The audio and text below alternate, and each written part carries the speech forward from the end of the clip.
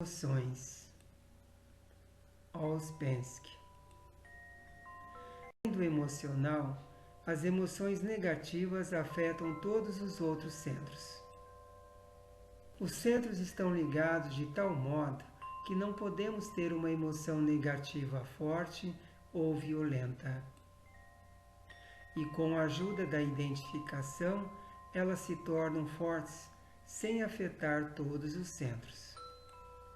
Não podemos ter uma emoção negativa e ao mesmo tempo fazer outra coisa bem ou mesmo pensar corretamente. Pois se o fizermos, comemos erradamente, andamos erradamente, trabalhamos de maneira errada. Enfim, fazemos tudo erradamente. Todas as emoções têm a sua origem no centro instintivo. Numa criancinha, os centros ainda não estão divididos. Esse material pertence legitimamente ao centro instintivo e é indevidamente tomado ou emprestado dele. Estamos numa situação curiosa, porque as emoções positivas não pertencem ao nosso centro emocional comum, mas ao centro emocional superior. E as emoções negativas não pertencem ao centro emocional comum, mas existem num centro emocional artificial.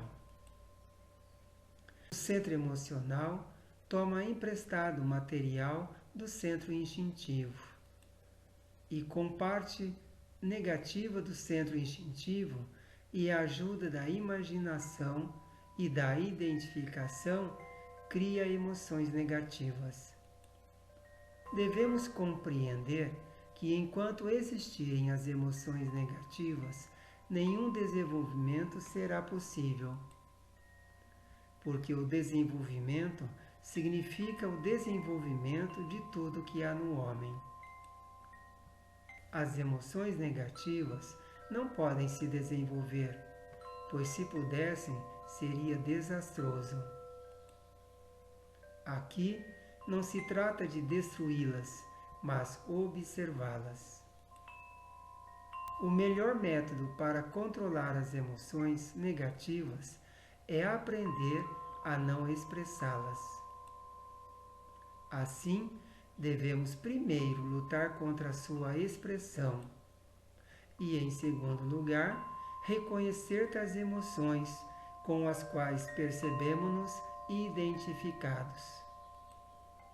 Podemos controlar as emoções negativas enquanto se manifestarem livremente.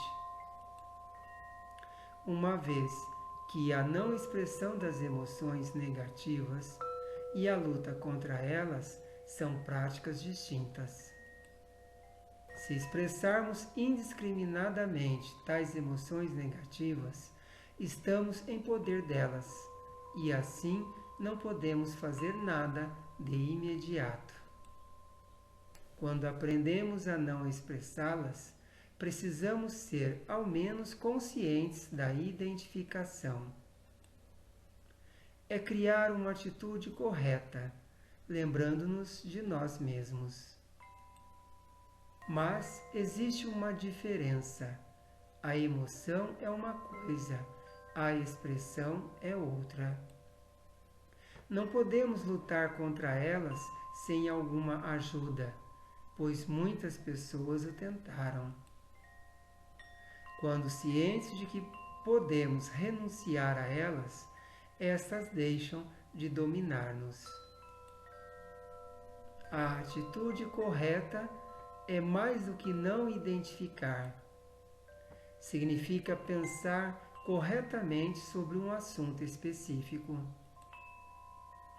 Quase todas as emoções negativas se baseiam na acusação de que são os outros os culpados. Se através de um pensamento persistente nos dermos conta de que ninguém pode ser culpado em relação a nós, de que nós somos a causa de tudo que nos acontece, isso mudará as coisas. Não de imediato, porque muitas vezes essa percepção chega tarde demais. Mas depois de algum tempo, esse pensar correto, a criação de uma atitude ou ponto de vista corretos pode se tornar um processo permanente.